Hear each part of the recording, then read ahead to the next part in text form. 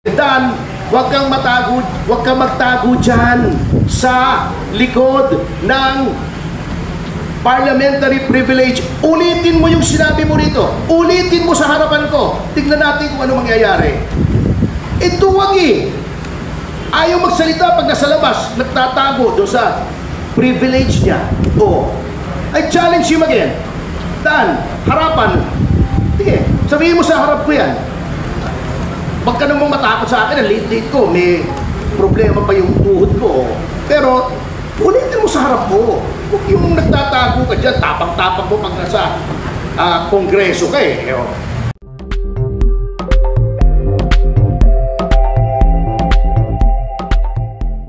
Well, in general, the members of the House of Representatives are bound by a code of conduct that says that a member shall act at all times in a manner that shall reflect creditably on the House. Yan. So this is conduct unbecoming. Remember, just last year, in-expel nila si Congressman Teves, yung kliyente ko. Anong ground nila? Hindi daw nakabalik from abroad at sumayaw na naka-boxer shorts. Ni wala ng violation of the law eh. There was no law violated by my client and yet they railroaded his expulsion. Kita nyo ha? In contravention of the principle under the Constitution that all trials should be public.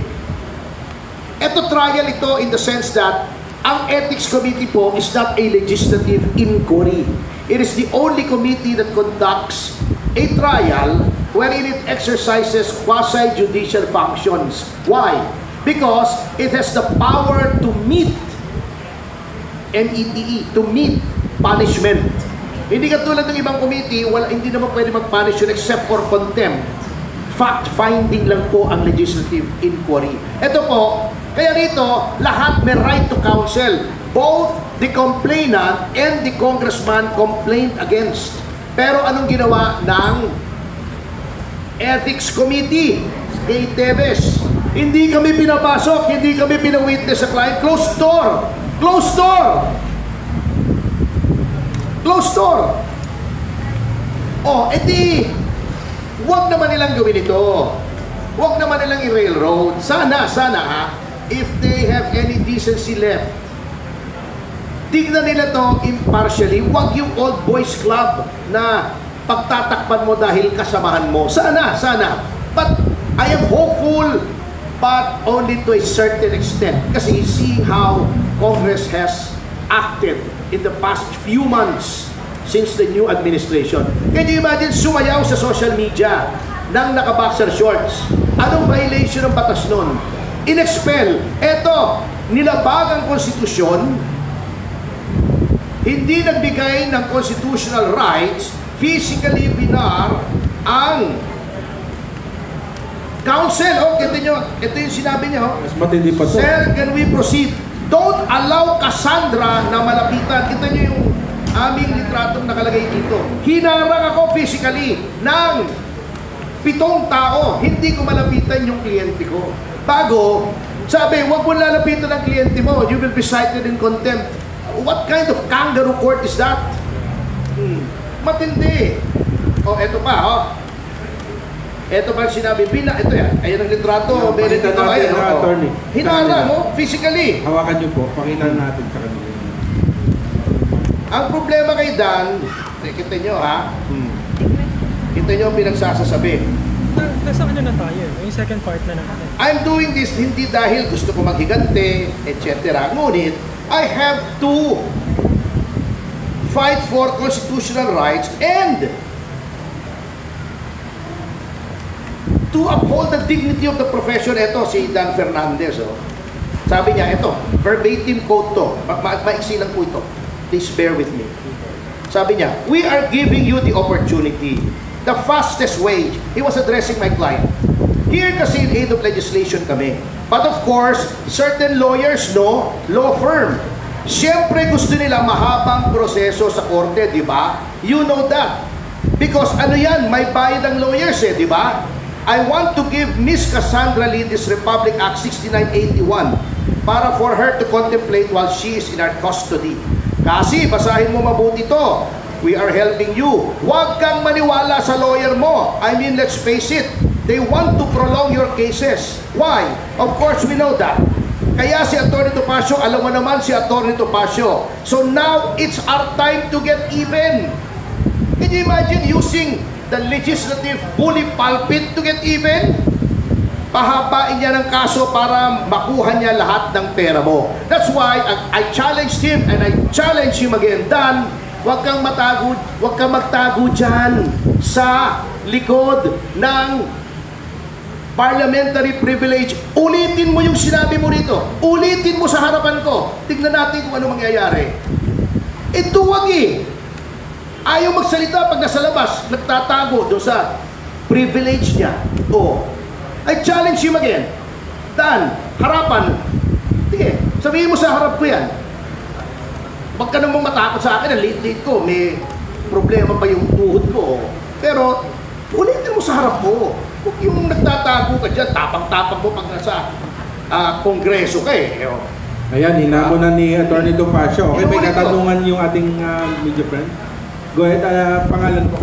Sir, Sheena po from SM Rain. Sir, sorry, attorney. Balikan ko lang talaga yung issue na ngayong sa umaring Chinese spy. Okay lang. Sir, ano pong basa ninyo doon sa itong issue na ng Chinese spy? Sa tingin niyo po ba, sir, parang gawa-gawa lang ito para maalis yung attention natin dun sa issue sa 2025 national budget? I don't want to speculate kasi sabi ko nga mahirap basahin ito. Maaaring ganon, but I'm not saying it is. Maaaring part of the ongoing policy of the government to antagonize the people against Chinese nationals. Nangyari din po yan sa World War II. After the bombing of Pearl Harbor, dinimonize ng American government ang mga Japanese nationals. Not only Japanese nationals, not only those who are residing in the US, even persons, Americans, persons born in the US of Japanese descent, nilagay sa concentration camp. Maybe many of you do not know that the United States did this too. Japanese, ethnic Japanese, nilagay sa concentration camp noong World War II. Nilayo sa kanilang mga bahay, nilayo sa kanilang pamilya, kinulong on the mere suspicion that they can be used as Japanese spies. That is how you start these things. Ngayon, yung sinasabi mo, well, I do not want to speculate. Although, I would not put it beyond the present government to do things like this para mawala. Kasi talaga namang defective yung budget. But I would not go into that. That's beyond the scope of this press con. That's another story for another time. Okay, may katanungan pa? It's on its way. Ito ay, kasi kailangan ito, padalan pa yung tanggapan ni Congressman Fernandez bago i-file sa Ethics Committee. But pinirmahan ko na to, nanotaryo ko na, pinapasok ko yung in-house notary namin ng alas 8 ng umaga para pag pinirmahan ko, masumpaan ko, and then he's the one on his way. Attorney Rafael Antonio Andrada will be the one to file this. Hindi naman po kailangan personal ako mag-file. For today, yes. It will be filed today. Kasi alam nyo, I just want to show some members of Congress that you cannot abuse your rights and privileges without encountering pushback. Ito ikwento ko lang. Ngayon, umpisahan nila yung TRICOM hearing on guidelines daw on fake news. Kasi, eto, get this. Kaya nila ginawa yung TRICOM na yon dahil may mga fake news daw na targeted against members of the Quadcom. Unang-una, kung alam mo ang iyong konstitusyon, you cannot do that. You cannot start legislation for the benefit of a particular class of people. That is class legislation that is prohibited under the Constitution. Hindi pwedeng gagawa kami ng batas para sa amin lang. That's unallowable class legislation. Gagawa ka ng batas, mag-iimbestiga ka dahil kinikriticize ang Quadcom. Saang planeta na naman pwede yan? Baka sa alternate universe. Hindi po pwede yun. If you make legislation, unless merong class legislation, but make criteria. You cannot make legislation just to benefit a particular set of people. Basahin niyo yung si Baroque. Sino yung apelido ni Baroque? Yung tracker na laging nagdidemanda sa Supreme Court. Yung against the Truth Commission na kinonstitute ni Noynoy. Sinabi niya to investigate the abuses during the Arroyo administration. You cannot do that. That is class legislation, and that law was struck down by the Supreme Court. Bakit i-concentrate mo sa criticism sa Quadcom? Meron bang kailangang batas pa? Meron na po tayong, we have the strictest libel law in the entire globe. In the entire world, tayo po yung pinapamahigpit na libel law. Isa tayo sa very few countries na criminalized pa ang libel. Meron pa tayong cyber libel. Meron pa tayong civil action under the civil code for defamation, fraud, and physical injuries. Kung pwedeng humingi ka ng danyos for civil libel ang tawag doon. Ano pang kailangan mong batas? Bago sasabihin nila, tatawagin daw nila yung mga representatives sa social media platforms, TikTok, X, Meta, di ba? Titignan nila kung anong guidelines against criticism ng Quadcom. That is prior restraint that is also prohibited under the Constitution. Kaya nga sinasabi ko, kung ikaw ay mambabatas, magpasa ka naman ng batas o magpaturo ka ng batas sa nakakaintindi sa batas. Hindi pwedeng puro Google. Hindi pwedeng puro Google. Mahirap pong batas. Kaya nga 4 na taon namin pinag-aaralan yun. Yung iba may bumabagsak pa nga. Uulit-ulit.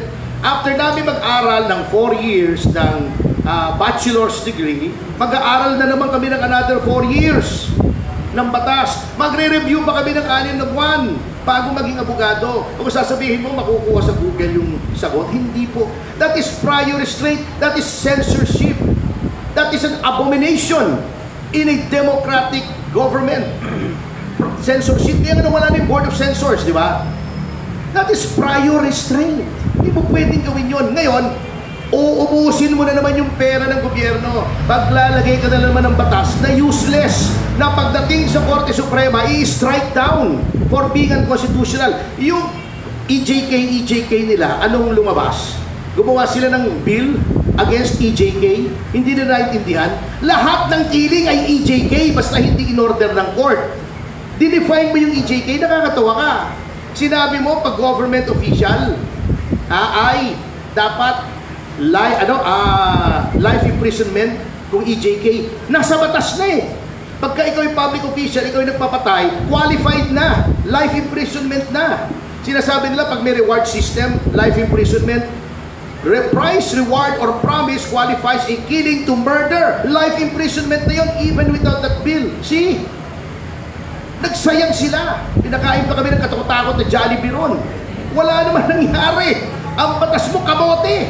Kakatawa yung batas na yun. Bisahin nyo. There is nothing in the bill. Hindi pa pala batas. There's nothing in the bill that does not already exist in our system of laws. Wala. Kasi nga, sa Google nag-aral ng batas. Yan ang sinasabi ko. They cannot keep abusing this. Someone has to stand up. Inutil ang Integrated Bar of the Philippines, ay kumilos. Yung Integrated Bar, naging old boys club na yan, party-party. At nag-recommenda para sa judiciary. Ay nako. Ito ba, ilang beses na nasisita na Supreme Court dyan for unethical conduct. The latest is yung nanlibre, yung law firm ni Attorney Divina. Oo, ng junket ng mga opisyal ng IBP o abroad sa dito sa Balisin. O sinabi ng Supreme Court, mali yan. Noong 1980s, yung asawa ni Drilon, si Violeta, lalaban ng IBP President, ginamit ni Drilon yung facilities of his office He was then Justice Secretary. Para ma-elect yung asawa niya, in-invalidate. Yun ang nangyari sa IBP. It has degenerated into a social club. Dapat yung IBP ang unang-unang mag-take ng stand sa violation na ito. Bina-violate, inaapi yung mga abogado, kita mo, si Harry Roque. Alam mo, lagi kong kalaban sa kaso si Harry Roque. I have no love lost for that guy. Pero, yung ginagawa sa kanya is unconscionable at wala ka naririnig sa IBP. Oh, anong naririnig mo sa IBP? Ginamit nila yung facilities nila para kay Bicoy, exclusive sa abogado yun. O, inireklamo ko. That is sadly what has happened to the integrated bar of the Philippines. Walang ibo, kaboting kahoy. May ulalo pa. 9 pa naman. Karamihan sa mga abogado.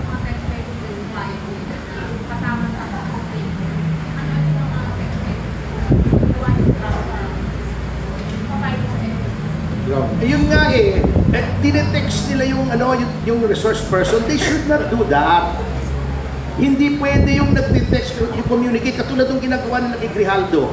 Because you're polluting the witness. You should not do that.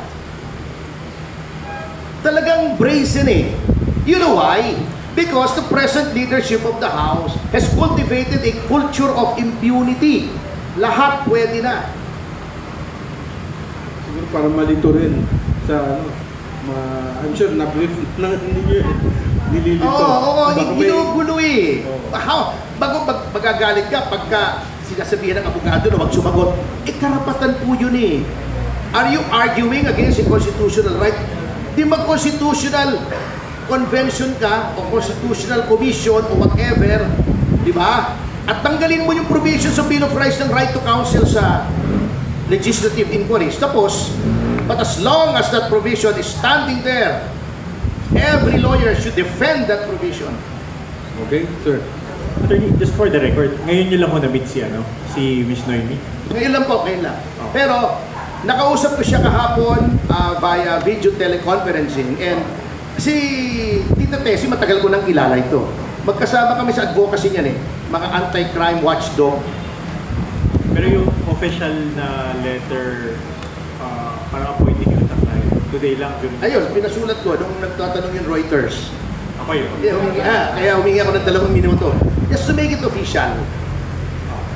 Attorney, Yes, ma'am, pakilala Custodio po from PTV. Attorney, balikan ko lang din yun sa Chinese spy po, no? Do we have information po ba kung hanggang saan po yung scope ng area of navigation noong self-driving car from the company? I'm sorry? Yung sa self-driving car po na sinasabi, do we have information po kung hanggang saan po yung scope of navigation po? Wala ako. That's too technical. That's beyond my competence. Di kaya ng powers ko yan. Batas lang ang alam ko. Kasi Pag naghahanga itong phone ko, tinatawag ko pa yung anak ko Okay po. Kasi there's an information po na na-enumerate po na some facilities ma'am sa Batangas, Laguna, and immediately po sa southern part ng Metro Manila. Do we find it parang suspicious po ba na commonly those area have ports? We don't know. Kaya nga, ang sabi ko, may information sila sa korte nila ibigay. Let us try it in court where the rules of evidence apply. Hindi yung trial by publicity. Because that information, unless it is verified under oath, wala yan. It's not na evidence. Marites yan. Chismis yan. Yung nababasa sa dyaryo, eto hindi ko sinasabi, hindi ko dinidibin ang media. When you read something in media, that is hearsay according to the Supreme Court, not according to me. So lahat po yan, spekulasyon lang. Parang yung pinapaspekulate ako na baka ito ay ginagamit to divert the attention of the people from the defective budget. Ayoko mag-speculate. In the same manner, huwag silang mag-speculate. Sinabi nyo, may nahuli kayo, you think he's a spy, we filed the case in court, let's go to court. Ang hirap dito sa administrasyon na to, puro trial by publicity. Yung mga tao doon sa Quadcom, pinademanda nila, hindi pa dinidemanda void na yung birth certificate ni Alice Guo. Human trafficker na yung kliyente ko. Hindi pwedeng ganon. Due process and fair play. Pumunta ka sa korte, may rules of evidence doon. Eto bang sinasabi mong ganito ay may ebidensya ka? Anong ebidensya mo? Amin na dokumento, amin na witness. Pasumpain mo para pagka napatunayang hindi tama yung sinasabi, perjury ang charge sa kanya. That is how these things are done, hindi sa media. Otherwise, kung ano na lang trending, yun na lang ang guilty. Okay, sir. Attorney, I wanted to pick your brain a little bit. No? Kasi, Meron ka bang mapipik? no, because, as you mentioned, whatever is reported in media is speculative in nature anyway. So, why would you survey a military facility for your self-driving endeavor or for your company that focuses on autonomous self-driving? It's a remote area, and you'd rather focus on city streets and roads, diba? That is precisely what is the definition of espionage. Dapat pumasok ka. No, sir. Attorney, you're not answering my question. No. My question is, why would you, if you're a staff contracted by a company that supposedly specializes in self-driving, autonomous driving. Kita rin yun. Diba? So, why would you drive all the way up to military facilities that are designated as EDCA bases? Okay. Yun ang sinasabi mo rin, speculative. Why would I speculate? Let's focus on the legal facts. What is espionage? Dapat pumasok ka sa kampo without authority at kinunan mo yung loob ng kampo at itinransmit mo to representatives of a foreign government. Pinasok ba niya? Imposibleng makapasok ang isang Chinese doon, isang ordinaryong tao. Yung gobernador nga hindi pwedeng pumasok doon siya pa. Yun ilabas yun Anyone can take a picture of that. If it's along the road, I don't know why they did it, but then, whatever reason they may have is irrelevant. Did he commit espionage by doing so? Yun ang focus natin. As a person is not a spy unless he committed espionage. And the term is defined under the law with certain specific elements. Without those elements, you cannot call him a spy. But in fairness, attorney to government, they're not saying that he's a spy. He is suspected of espionage. Diba? Hindi, yun ang implication, yun ang slant Ayun naman basahin natin. No, you have to read closely what the government officials said. Diba? There's Mr. Deng is suspected of Yes, and then sasabihin nila. And his acts are suspect, diba? Yes, I mean, by the very nature of what he supposedly did and how he was presented by government, he's visiting what is described as critical infrastructure areas, including military facilities. Diba? Was that the only place? Ito how old are you? I am 32, sir. Okay. 1988 pa, nasa media na ako ni Doy Laurel. And we all know, let's not be naive. It's not what it's written. It's how it's presented. It's called the slant. May present mo, may suspected spy, ang daming spy equipment. Yung equipment is able to measure distances to the last centimeter. He was seen outside supposed critical areas. Anong tinatanim mo sa mind? Slant. Every story has a slant. We all know that. Inislant nila to engender a belief in the minds of the people reading it that this guy would strongly be suspected to be a spy. Yun at the time. I write for Daily Tribune and Philippine Star. I have an op-ed program. Everything has a slant. Alam naman natin yan it's how you present it. Bakit yun nila sinabing may nahuli, may equipment, the equipment could be used for spying, we will investigate. Yun lang doon. Yun ang facts. Kung ganun sana. Ang tawag doon, slant editorializing, cherry picking. Alam lahat yan ng mga reporters. It's how you present it. And sometimes, yung report, yung copy na sinasubmit ninyo, dinirewrite siya ng editor, doon pumapasok ang slant. Alam naman natin lahat yan. I mean, let's get real, di ba? Lahat tayo nasa media. We're all media men here, including myself. Okay, Alam question. natin yan. Attorney, another follow-up po upang background checking sa allegedly Chinese spy. Meron na po ba siyang previous records? Eh naman, no, wala pang isang oras akong abogado, tinanong mo na agad. I'll try to find out. Okay, sir. Pero ang issue rito, previous record, equipment, critical infrastructure, extend the rights to him under the law. Due process, presumption of innocence. Yeah. When you write stories na wala pa namang findings at all, na strongly implying that he is a spy, you violate the due process of law and the presumption of innocence. Ganun ka-simple. Alam naman natin lahat, anong ginawa ng media noon kay Gloria Macapagal Arroyo? Oh, di ba mukhang guilty na? Oh, acquitted lahat, walang kaso ngayon. Ganun yun. Naging umano. Everyone has an agenda. Aminin na natin sa sarili natin yan. Okay, sir. Name niyo po. Sir Cliff Benzon from Bloomberg. Cliff Benzon from Bloomberg News. I understand today lang naging na-formalize yung relationship with you with Miss Deng as a lawyer, no? But based at least on your conversation yesterday, ba sir, dun sa video conversation nyo, natanong ba sir, or nalaman nyo ba kung since kailan pa na-engage si Mr. Deng dun sa ganung klaseng job na pag-survey ng... I will find out the facts. Kasi, Wala pa. kung dinala sa'yo, kung doktor ka, dinala sa'yo yung pasyente may gunshot wound, hindi mo naman titignan muna yung history eh. Gamutin mo muna yung gunshot wound. Then, pag na-stabilize mo na, saka mo tignan yung medical history. Ganun din ang abogado. We cannot refuse.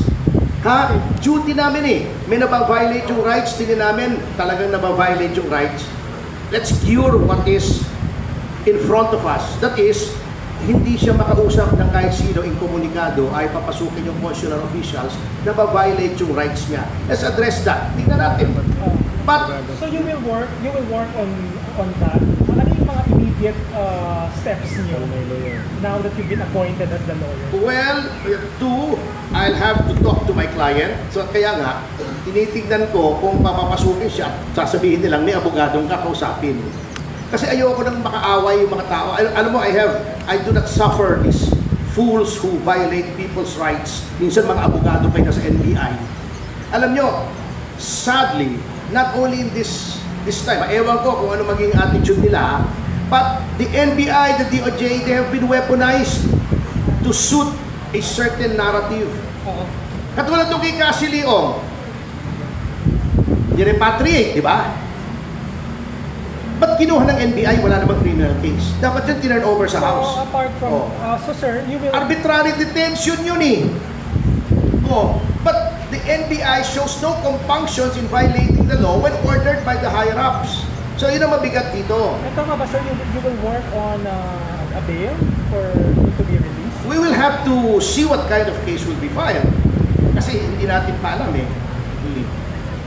The bail will depend on the information, on the crime charge in court. Kasi doon magbe-bail sa court. Di naman sa NBI or yung investigating agency.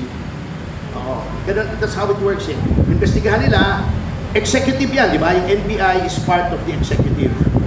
It is the job of the National Prosecution Service to determine whether there is probable cause to, with respect to a person accused of a crime, to file the corresponding information in court.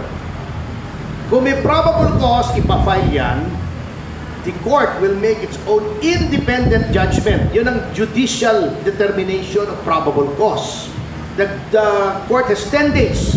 Titignan niya yung information, titignan niya yung evidensyang sinumite ng NBI o prosecutor. Kung may probable cause, sasabihin niya, okay, may probable cause, let's hold this person for trial. If he's at large, a warrant will be issued. If he's detained, bail will be set. If bail is a matter of right. Sir, That's how it is. Thank you sir. Sir, last na lang, for the record, sir, bakit umalis si Miss Noemi? Pupunta sa NBI. She will try to see her husband. Okay, ma'am? Yung mic natin, name po at saka entity. Buena Bernal, CNA Channel News Asia. Channel News Asia. Okay. Can we get an English soundbite, sir, on, you said the law enforcers are being weaponized by higher ups. Can we ask, sir, what do you think, to what aim are they being weaponized? And do you think other government institutions, such as, for example, Congress and the military, since this was a naval intelligence, since the basis for the arrest was naval intelligence, is also being weaponized, and to what aim? I do not know about the military. I have no first-hand knowledge of that. I have no experience with the military. As far as I know, the military is led by a very able person, si General Browner. I know him personally. I know the family. He's a very decent and God-fearing person at wala pa akong experience sa military. I can only speak with respect to Congress, which is obviously weaponized to persecute perceived enemies of the present administration. And the DOJ, which is also being weaponized to aid Congress in persecuting these people and to promote a certain narrative that is being adopted by the present government. Yun ang nakikita ko kasi I have had experience with both Congress, especially the House of Representatives and the Department of Justice. Para sa iba pang karagdagang mga balita at impormasyon, ay huwag po nating kalimutan ang mag-like, share at comment sa video na ito, at huwag po rin nating kalimutang mag-subscribe sa aming channel, to continue supporting our contents. Maraming salamat po sa inyong panonood, at naway tangkilikin po ninyo ang aming YouTube channel.